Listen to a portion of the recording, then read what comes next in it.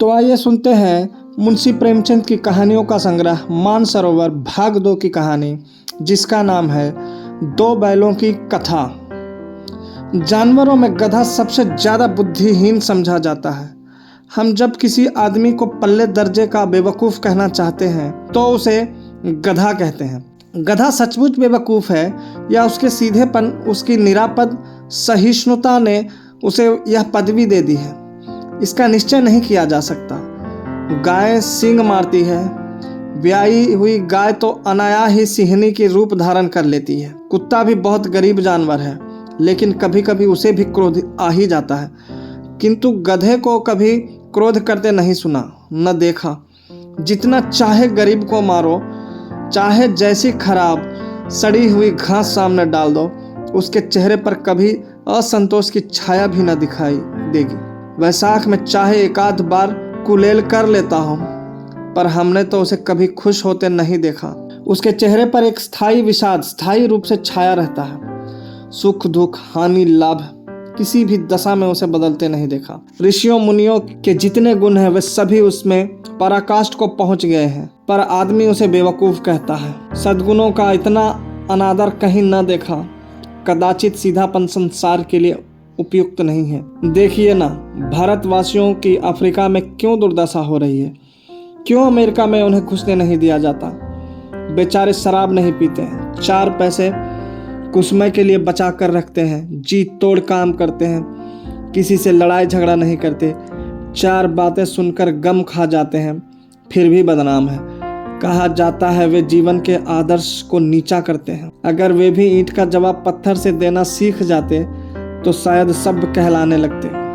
Japan की मिसाल सामने है। एक ही विजय ने उसे संसार की सभ्य जातियों में गण्य बना दिया, लेकिन गधे का एक छोटा भाई और भी है जो उसे कम ही गधा है, और वह है बैल। जिस अर्थ में हम गधा का प्रयोग करते हैं, कुछ उसी से मिलते जुलते अर्थ में बछिया के ताऊ का भी प्रयोग करते हैं। कुछ लोग बैल को शायद बेवकूफ़ों में सर्वश्रेष्ठ कहेंगे, मगर हमारा विचार ऐसा नहीं है। बैल कभी कभी मारता भी है, कभी कभी अड़ियल बैल भी देखने में आता है और भी कई रीतियों से अपना असंतोष प्रकट कर देता है।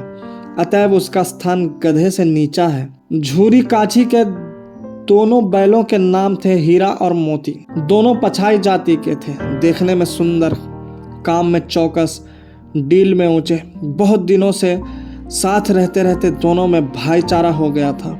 दोनों आमने सामने या आसपास बैठे हुए एक दूसरे से मूक भाषा में विचार विनिमय करते थे। एक दूसरे के मन की बात कैसे समझ जाता था हम नहीं कह सकते। अवश्य ही उनमें कोई ऐसी गुप्त शक्ति थी जिससे जीवों में श्रेष्ठता का दावा करने वाला मनुष्य वंचित है। दोनों एक दूसरे को चाट कर और सूंघ कर अपना प्रेम प्रकट करते। कभी कभी दोनों सींग भी मिला लिया करते थे, विग्रह के नाते से नहीं, केवल विनोद के भाव से, आत्मीयता के भाव से।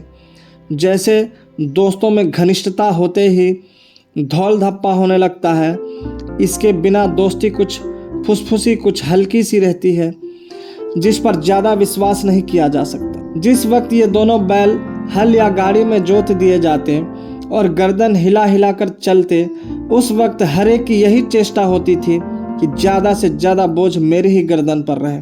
दिन भर के बाद दोपहर या संध्या को दोनों खुलते तो एक दूसरे को चाट चूट कर अपनी थकान मिटा लेते। नाद में खली भूसा पड़ जाने के बाद दोनों साथ उठते, साथ नाद में मुंह डालते और साथ ही बैठते थे। एक मुंह हटा लेता तो दूसरा भी हटा लेता था। संयोग की बात है, झूरी ने एक बार गोई को ससुराल भेज दिया। बैलों को क्या मालूम वे क्यों भेजे जा रहे हैं। समझे मालिक ने हमें बेच दिया। अपना यूं बेचा जाना उन्हें अच्छा लगा या बुरा, कौन जाने, पर झूरी के साले गया को घर तक गोई ले जाने में दांतों पसीना आ गया। पीछे से हाँकता तो दोनों दाएं बाएं भागते, पगहिया पकड़कर आगे से खींचता तो दोनों पीछे को जोर लगाते, मारता तो दोनों सींग नीचे करके हुंकारते। अगर ईश्वर ने उन्हें वाणी दी होती तो झूरी से पूछते, तुम हम गरीबों को क्यों निकाल रहे हो? हमने तो तुम्हारी सेवा करने में कोई कसर नहीं उठा रखी। अगर इतनी मेहनत से काम न चलता था और काम ले लेते। हमें तो तुम्हारी चाकरी में मर जाना कबूल था। हमने कभी दाने चारे की शिकायत नहीं की। तुमने जो कुछ खिलाया वह सिर झुकाकर खा लिया। फिर तुमने हमें इस जालिम के हाथ क्यों बेच दिया? संध्या समय दोनों बैल अपने नए स्थान पर पहुंचे। दिन भर के भूखे थे, लेकिन जब नाद में लगाए गए तो एक ने भी उसमें मुंह न डाला।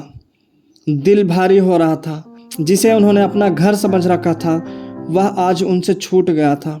यह नया घर, नया गांव, नए आदमी उन्हें बेगाने से लगते थे। दोनों ने अपनी मूक भाषा में सलाह की, एक दूसरे को कनखियों से देखा और लेट गए। जब गांव में सोता पड़ गया तो दोनों ने जोर मारकर पगड़े तुड़ा डाले और घर की तरफ चले। पगहे बहुत मजबूत थे। अनुमान ना हो सकता था कि कोई बैल उन्हें तोड़ सकेगा, पर इन दोनों में इस समय दूनी शक्ति आ गई थी। एक एक झटके में रस्सियां टूट गई। झूरी प्रातः सोकर उठा तो देखा कि दोनों बैल चरनी पर खड़े हैं। दोनों ही के गर्दनों में आधा आधा गराव लटक रहा है। घुटने तक पांव कीचड़ से भरे हैं और दोनों की आंखों में विद्रोह में स्नेह झलक रहा है। झूरी बैलों को देखकर स्नेह से गदगद हो गया। दौड़कर उन्हें गले लगा लिया। प्रेमालिंगन और चुंबन का वह दृश्य बड़ा ही मनोहर था। घर और गांव के लड़के जमा हो गए और तालियां बजा बजा कर उनका स्वागत करने लगे। गांव के इतिहास में यह घटना अभूतपूर्व न होने पर भी महत्वपूर्ण थी। बाल सभा ने निश्चय किया दोनों पशु वीरों को अभिनंदन पत्र देना चाहिए। कोई अपने घर से रोटियां लाया, कोई गुड़, कोई चोकर, कोई भूसी। एक बालक ने कहा, ऐसे बैल किसी के पास न होंगे। दूसरे ने समर्थन किया, इतनी दूर से दोनों अकेले चले आए। तीसरा बोला, बैल नहीं है, वे उस जन्म के आदमी हैं। इसका प्रतिवाद करने का किसी को साहस न हुआ। झूरी की स्त्री ने बैलों को द्वार पर देखा तो जल उठी। बोली, कैसे नमक हराम बैल हैं कि एक दिन वहाँ काम न किया, भाग खड़े हुए। झूरी अपने बैलों पर यह आक्षेप न सुन सका। नमक हराम क्यों है? चारा दाना न दिया होगा तो क्या करते? स्त्री ने रौब के साथ कहा, बस तुम ही तो बैलों को खिलाना जानते हो, और तो सभी पानी पिला पिला कर रखते हैं। झूरी ने चिढ़ाया, चारा मिलता तो क्यों भागते? स्त्री चिढ़ी, भागे इसलिए कि वे लोग तुम जैसे बुद्धुओं की तरह बैलों को सहलाते नहीं, खिलाते हैं तो रगड़ कर जोतते भी हैं। ये दोनों ठहरे कामचोर भाग निकले। अब देखो कहाँ से खली और चोकर मिलता है। सूखे भूसे के सिवा कुछ न दूंगी, खाए चाहे मरे। वही हुआ। मजूर को बड़ी ताकीद कर दी गई कि बैलों को खाली सूखा भूसा दिया जाए। बैलों ने नाद में मुंह डाला तो फीका फीका, न कोई चिकनाहट न कोई रस। क्या खाए? आशा भरी आंखों से द्वार की ओर ताकने लगे।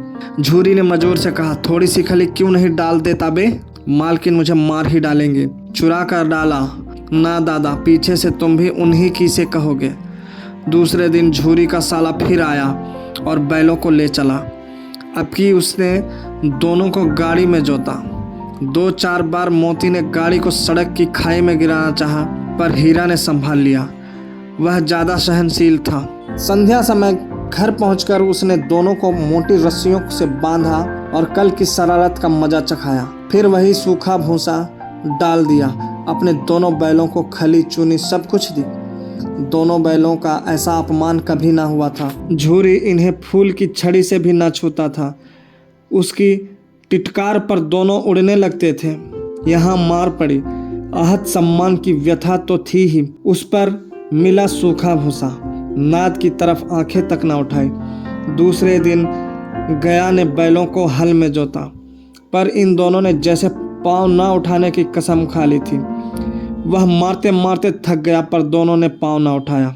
एक बार जब उस निर्दयी ने हीरा की नाक पर खूब डंडे जमाए तो मोती का गुस्सा काबू के बाहर हो गया। हल लेकर भागा। हल, रस्सी, जुआ, जोत सब टूट टाट कर बराबर हो गया। गले में बड़ी बड़ी रस्सियां ना होती तो दोनों पकड़ाई में ना आते। हीरा ने मूक भाषा में कहा, भागना व्यर्थ है। मोती ने उत्तर दिया, तुम्हारी तो इसने जान ही ले ली थी, अब की बड़ी मार पड़ेगी। पढ़ने दो, बैल का जन्म लिया है तो मार से कहाँ तक बचेंगे। गया 2 आदमियों के साथ दौड़ा आ रहा है। दोनों के हाथों में लाठियां हैं। मोती बोला, कहो तो दिखा दो कुछ मजा, मैं भी लाठी लेकर आ रहा है। हीरो ने समझाया, नहीं भाई खड़े हो जाओ, मुझे मारेगा तो मैं भी एक दो को गिरा दूंगा। नहीं, हमारी जाति का यह धर्म नहीं है। मोती दिल में ऐंठ कर रह गया। गया आ पहुंचा और दोनों को पकड़ कर ले चला। कुशल हुई कि उसने इस वक्त मारपीट न की, नहीं तो मोती भी पलट पड़ता। उसके तेवर देखकर गया और उसके सहायक समझ गए कि इस वक्त टाल जाना ही मसलहत है। आज दोनों के सामने फिर वही सूखा भूसा लाया गया। दोनों चुपचाप खड़े रहे। घर के लोग भोजन करने लगे। उस वक्त छोटी सी लड़की 2 रोटियां लिए निकली और दोनों के मुंह में देकर चली गई। उस एक रोटी से इनकी भूख तो क्या शांत होती, पर दोनों के हृदय को मानो भोजन मिल गया। यहाँ भी किसी सज्जन का वास है। लड़की भैरों की थी, उसकी माँ मर चुकी थी। सौतेली माँ मारती रहती थी, इसलिए इन बैलों से उसे एक प्रकार की आत्मीयता हो गई थी। दोनों दिन भर जोते जाते, डंडे खाते, अड़ते, शाम को थान पर बांध दिए जाते और रात को वही बालिका उन्हें 2 रोटियां खिला जाती। प्रेम के इस प्रसाद की यह बरकत थी कि 2-2 गाल सूखा भूसा खाकर भी दोनों दुर्बल न होते थे, मगर दोनों की आंखों में रोम रोम में विद्रोह भरा हुआ था। एक दिन मोती ने मूक भाषा में कहा, अब तो नहीं सहा जाता हीरा, क्या करना चाहते हो? एक आध को सींगों पर उठाकर फेंक दूंगा, लेकिन जानते हो वह प्यारी लड़की जो हमें रोटियां खिलाती है उसी की लड़की है जो इस घर का मालिक है। यह बेचारी अनाथ ना हो जाएगी तो मालकिन को ना फेंक दूं? वही तो उस लड़की को मारती है, लेकिन औरत जात पर सींग चलाना मना है। यह भूले जाते हो। तुम तो किसी तरह निकलने ही नहीं देते। बताओ, तुड़ाकर भाग चलें? हाँ, यह मैं स्वीकार करता, लेकिन इतनी मोटी रस्सी टूटेगी कैसे? इसका उपाय है। पहले रस्सी को थोड़ा सा चबा लो, फिर एक झटके में जाती है। रात को जब बालिका रोटियां खिलाकर चली गई, दोनों रस्सियां चबाने लगे, पर मोटी रस्सी मुंह में ना आती थी। बेचारे बार बार जोर लगाकर रह जाते थे। सहसा घर का द्वार खुला और वही बालिका निकली। दोनों सिर झुकाकर उसका हाथ चाटने लगे। दोनों की पूंछें खड़ी हो गई। उसने उनके माथे सहलाया और बोली, खोल देती हूँ, चुपके से भाग जाओ, नहीं तो यहाँ लोग मार डालेंगे। आज घर में सलाह हो रही है कि इनकी नाकों में नाथ डाल दी जाए। उसने गराव खोल दिया, पर दोनों चुपचाप खड़े रहे। मोती ने अपनी भाषा में पूछा, अब चलते क्यों नहीं? हीरा ने कहा, चले तो, लेकिन कल इस अनाथ पर आफत आएगी, सब इसी पर संदेह करेंगे। सहसा बालिका चिल्लाई, दोनों फूफा वाले बैल भागे जा रहे हैं। ओ दादा, दोनों बैल भागे जा रहे हैं, जल्दी दौड़ो। गया हड़बड़ाकर भीतर से निकला और बैलों को पकड़ने चला। वे दोनों भागे। गया ने पीछा किया और भी तेज हुए। गया ने शोर मचाया, फिर गांव के कुछ आदमियों को भी साथ लेने के लिए लौटा। दोनों मित्रों को भागने का मौका मिल गया। सीधे दौड़ते चले गए, यहाँ तक कि मार्ग का ज्ञान न रहा। जिस परिचित मार्ग से आए थे उसका यहाँ पता न था। नए नए गांव मिलने लगे। तब दोनों एक खेत के किनारे खड़े होकर सोचने लगे, अब क्या करना चाहिए। हीरा ने कहा, मालूम होता है राह भूल गए, तुम भी बेतहाशा भागे। वही उसे मार गिराना था। उसे मार गिराते तो दुनिया क्या कहती। वह अपना धर्म छोड़ दे, लेकिन हम अपना धर्म क्यों छोड़े। दोनों भूख से व्याकुल हो रहे थे। खेत में मटर खड़ी थी, चरने लगे। रह रह कर आहट ले लेते थे, कोई आता तो नहीं है। जब पेट भर गया, दोनों ने आज़ादी का अनुभव किया तो मस्त होकर उछलने कूदने लगे।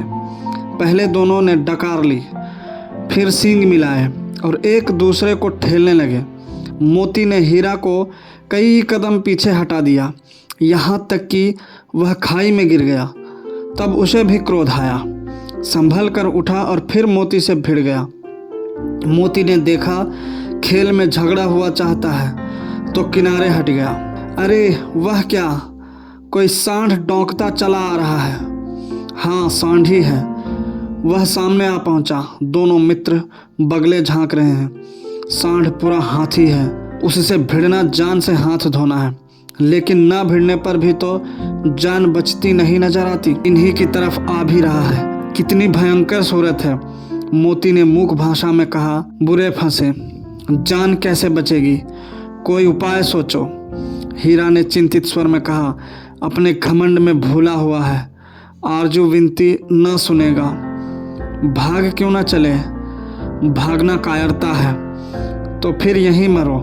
बंदा तो 9 2 11 होता है, और जो दौड़ाए वो फिर कोई उपाय सोचो जल्द। उपाय यही है कि उस पर दोनों जने एक साथ चोट करें। मैं आगे से रगे देता हूँ, तुम पीछे से रगे दो। दोहरी मार पड़ेगी तो भाग खड़ा होगा। ज्यों ही मेरी ओर झपटे तुम बगल से उसके पेट में सींग घुसेड़ देना। जान जोखिम है पर दूसरा उपाय नहीं है। दोनों मित्र जान हथेलियों पर लेकर लपके। सांड को कभी संगठित शत्रुओं से लड़ने का तजुर्बा न था। वह तो एक शत्रु से मल्ल युद्ध करने का आदी था।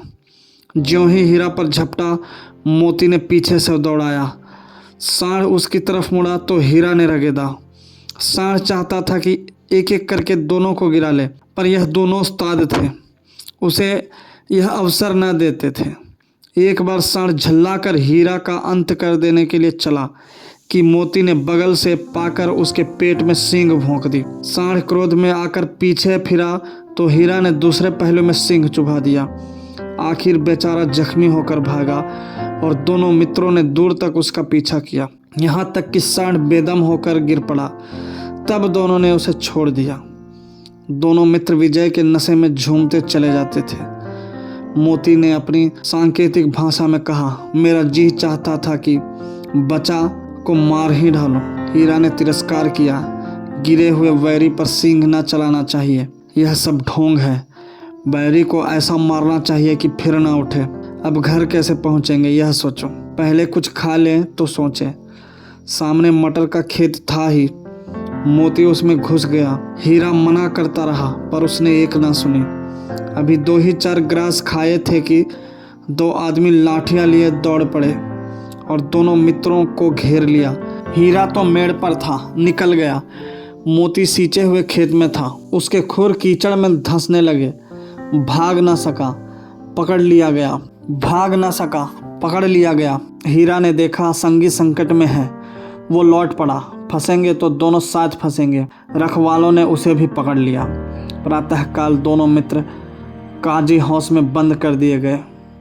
दोनों मित्रों को जीवन में पहली बार ऐसा सबका पड़ा कि सारा दिन बीत गया और खाने को एक दिन का भी ना मिला। समझ ही में ना आता था यह कैसा स्वामी है।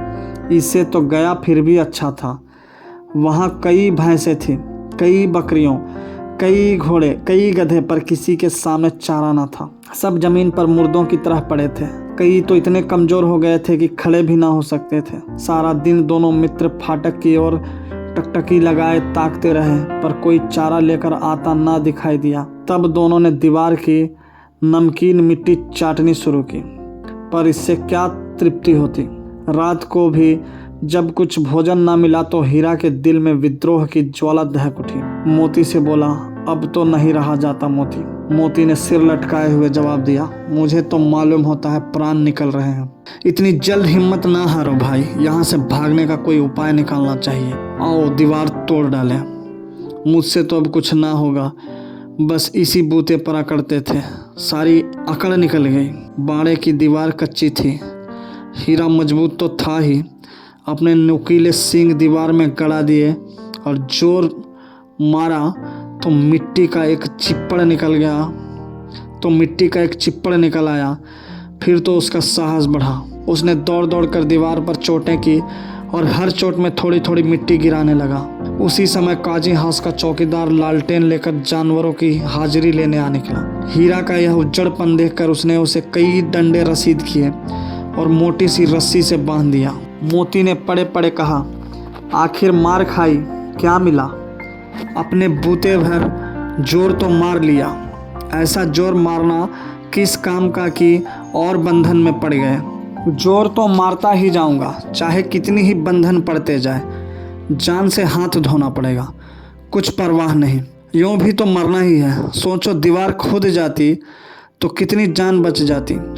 इतने भाई यहाँ बंद है, किसी के देह में जान नहीं है। 2-4 दिन और यही हाल रहा तो सब मर जाएंगे।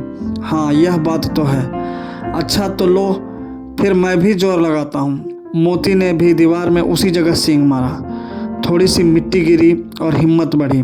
फिर तो वह दीवार में सींग लगाकर इस तरह जोर करने लगा मानो किसी द्वंद्वी से लड़ रहा है। आखिर कोई 2 घंटे की जोर आजमाई के बाद दीवार ऊपर से लगभग 1 हाथ गिर गई। उसने दूनी शक्ति से दूसरा धक्का मारा तो आधी दीवार गिर पड़ी। दीवार का गिरना था कि अधमरे से पड़े हुए सभी जानवर चेत उठे। तीनों घोड़ियां सरपट भाग निकली, फिर बकरियां निकली, इसके बाद भैंसें भी खिसक गई, पर गधे अभी तक ज्यों के त्यों खड़े थे। हीरा ने पूछा, तुम दोनों क्यों नहीं भाग जाते?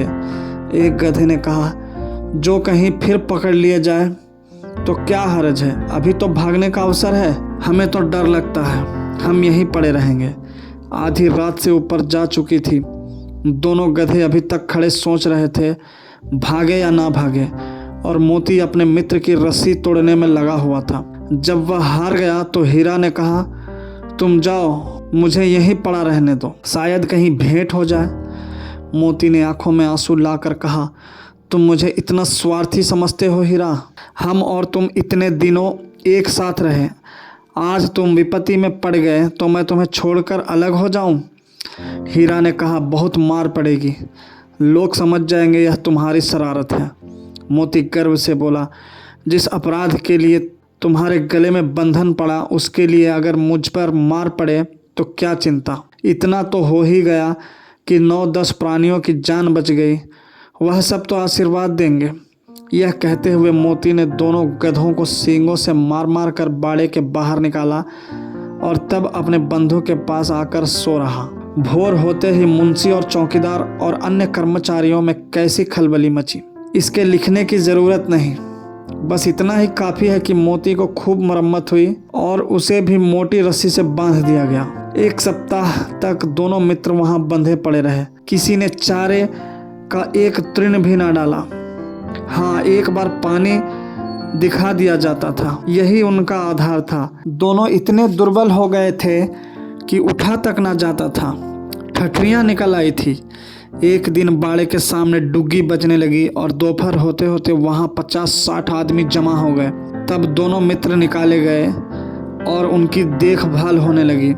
लोग आकर उनकी सूरत देखते और मन फीका करके चले जाते। ऐसे मृतक बैलों का कौन खरीदार होता। सहसा एक दढ़ियल आदमी जिसकी आंखें लाल थी और मुद्रा अत्यंत कठोर आया और दोनों मित्रों के कुल्हों में उंगली गोद कर मुंशी जी से बातें करने लगा। उसका चेहरा देखकर अंतर्ज्ञान से दोनों मित्रों के दिल कांप उठे। वह कौन है और उन्हें क्यों टटोल रहा है, इस विषय में उन्हें कोई संदेह न हुआ। दोनों ने एक दूसरे को भीत नेत्रों से देखा और सिर झुका लिया। हीरा ने कहा, गया के घर से नाहक भागे, अब जान न बचेगी। मोती ने अश्रद्धा के भाव से उत्तर दिया, कहते हैं भगवान सबके ऊपर दया करते हैं, उन्हें हमारे ऊपर क्यों दया नहीं आती। भगवान के लिए हमारा मरना जीना दोनों बराबर है। चलो अच्छा ही है, कुछ दिन उनके पास तो रहेंगे। एक बार भगवान ने उस लड़की के रूप में हमें बचाया था, क्या अब ना बचाएंगे? यह आदमी छुरी चलाएगा, देख लेना। तो क्या चिंता है, मांस, खाल, सींग, हड्डी सब किसी न किसी काम आ जाएंगे। नीलाम हो जाने के बाद दोनों मित्र उस दड़ियल के साथ चले। दोनों की बोटी बोटी कांप रही थी, बेचारे पांव तक ना उठा सकते थे, पर भय के मारे गिरते पड़ते भागे जाते थे, क्योंकि वह जरा भी चाल धीमी हो जाने पर जोर से डंडा जमा देता था। राह में गाय बैलों का एक रेवड़ हरे हरे हार में चरता नजर आया। सभी जानवर प्रसन्न थे, चिकने चपल, कोई उछलता था, कोई आनंद से बैठा पागुर करता था। कितनी सुखी जीवन था, पर कितने स्वार्थी हैं सब। किसी को चिंता नहीं कि उनके 2 भाई बधिक के हाथ पड़े कैसे दुखी हैं। सहसा दोनों को ऐसा मालूम हुआ कि यह परिचित राह है। हाँ, इसी रास्ते से गया उन्हें ले गया था। वही खेत, वही बाग, वही गांव मिलने लगे। प्रतिक्षण उनकी चाल तेज होने लगी। सारी थकान, सारी दुर्बलता गायब हो गई। आहा, यह लो, अपना ही हार आ गया। इसी कुएं पर हम पूर चलाने आया करते थे। हाँ, यही कुआं है।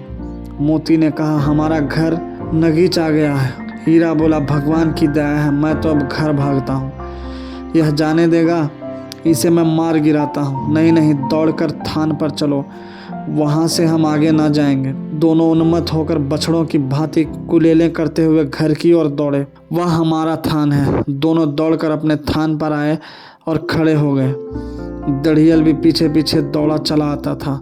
झूरी द्वार पर बैठा धूप खा रहा था। बैलों को देखते ही दौड़ा और उन्हें बारी बारी से गले लगाने लगा। मित्रों की आंखों से आनंद के आंसू बहने लगे। एक झूरी का हाथ चाट रहा था। दढ़ियल ने जाकर बैलों की रस्सियां पकड़ ली। भूरी ने कहा, मेरे बैल हैं, तुम्हारे बैल कैसे? मैं मवेशी खाने से नीलाम लिए आता हूँ। मैं तो समझता हूँ चुराए लिए आते हो। चुपके से चले जाओ, मेरे बैल हैं। मैं बेचूंगा तो बिकेंगे। किसी को मेरे बैल नीलाम करने का क्या अख्तियार है? जाकर थाने में रपट कर दूंगा। मेरे बैल हैं, इसका सबूत यह है कि मेरे द्वार पर खड़े हैं। दढ़ियल झल्ला कर बैलों को जबरदस्ती पकड़ ले जाने के लिए बढ़ा। उसी वक्त मोती ने सींग चलाया। दढ़ियल पीछे हटा। मोती ने पीछा किया। दढ़ियल भागा। मोती पीछे दौड़ा। गांव के बाहर निकल जाने पर वह रुका, पर खड़ा दढ़ियल का रास्ता देख रहा था। दढ़ियल दूर खड़ा धमकियां दे रहा था, गालियां निकाल रहा था, पत्थर फेंक रहा था, और मोती विजयोसूर की भांति उसका रास्ता रोके खड़ा था। गांव के लोग तमाशा देखते थे और हंसते थे। जब दढ़ियल हार कर चला गया तो मोती अकड़ता हुआ लौटा। हीरा ने कहा, मैं डर रहा था कि कहीं तुम गुस्से में आकर मार ना बैठो। अगर वह मुझे पकड़ता तो मैं भी मारे ना छोड़ता।